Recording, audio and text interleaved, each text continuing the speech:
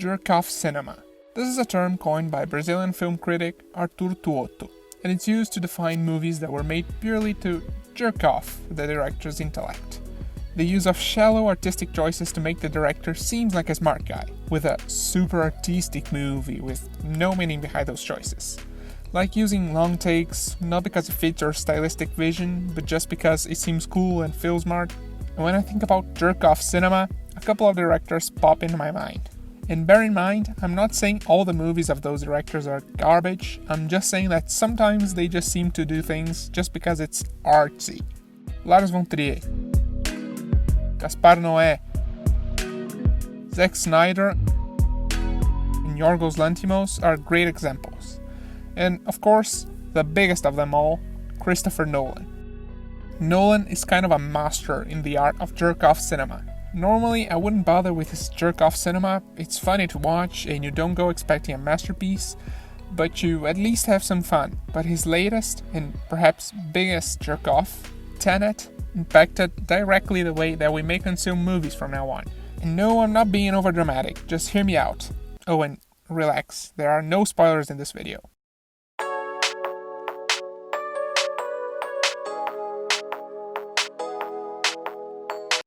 Warner Brothers originally scheduled Tenet for July 17, 2020. And I don't think I need to explain the shit show that 2020 was, so they obviously had to postpone it. They then chose July 31st, 2020, because sure, how long can a pandemic last? A full year? Yeah. Soon it became clear to Warner that the pandemic would not be over so soon, so they held up the premiere indefinitely. And thus, Nolan's jerk-off started. In Nolan's vision, there was absolutely no chance that Tenet would be released directly to streaming platforms, because, oh my god, my movie's so artistic and smart. People need to see in movie theaters, that's the only way they'll be able to experience this amazing movie. And Warner was at a crossroad. If they held back the premiere of the movie, they would lose money, and if they released the movie in theaters, they would also lose money. And since, because of Nolan's preciousness, streaming was completely out of the equation, they chose to release Tenet on August 26th in the UK and September 3rd in the US. I watched Tenet, not in cinemas, because I'm not crazy, and boy oh boy. To me, the movie just felt like a generic action movie version of Memento, with a very shallow story. Nolan was so concerned in creating a smarty time manipulation mechanics that he completely forgot to create, well, a story. The characters are empty 2D card boxes, and the whole movie just felt like that wormhole dialogue in Interstellar, but 150 minutes long. Let me show you how it works. So they say you want to go from here to there, but it's too far, right? Mm-hmm.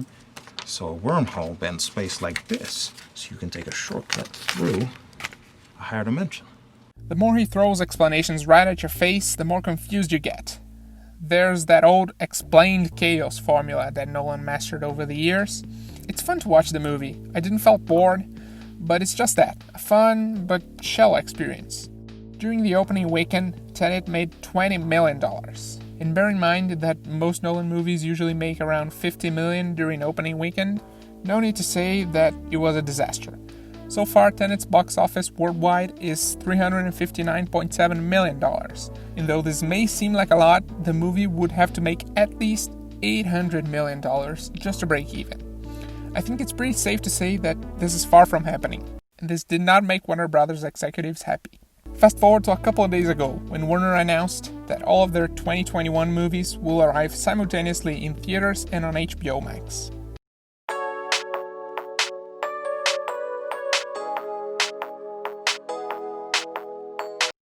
Movie theaters and studios have a codependent relationship. Well, sorta.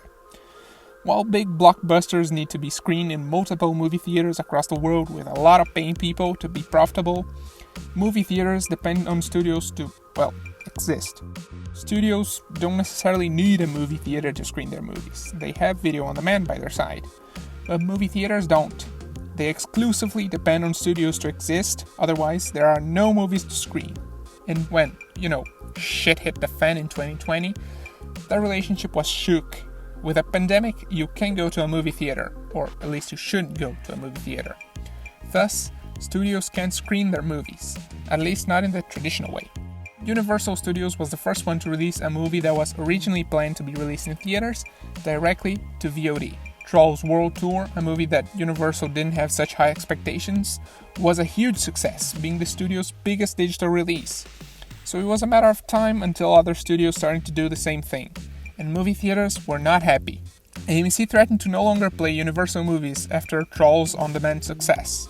Long story short, movie theaters are much more dependent on studios than the other way around. So it made sense that Warner maybe tried to release one or two movies directly in VOD. After all, they are losing money if they just kept postponing it.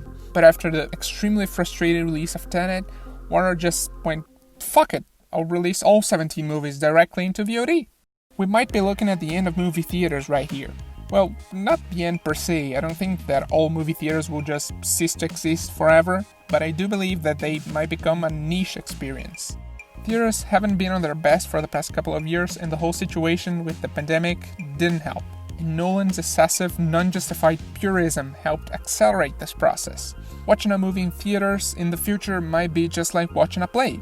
Sure, there are still people that go to theaters to watch plays, but most of us don't. And if we do, it's a rare occasion, maybe once or twice a year.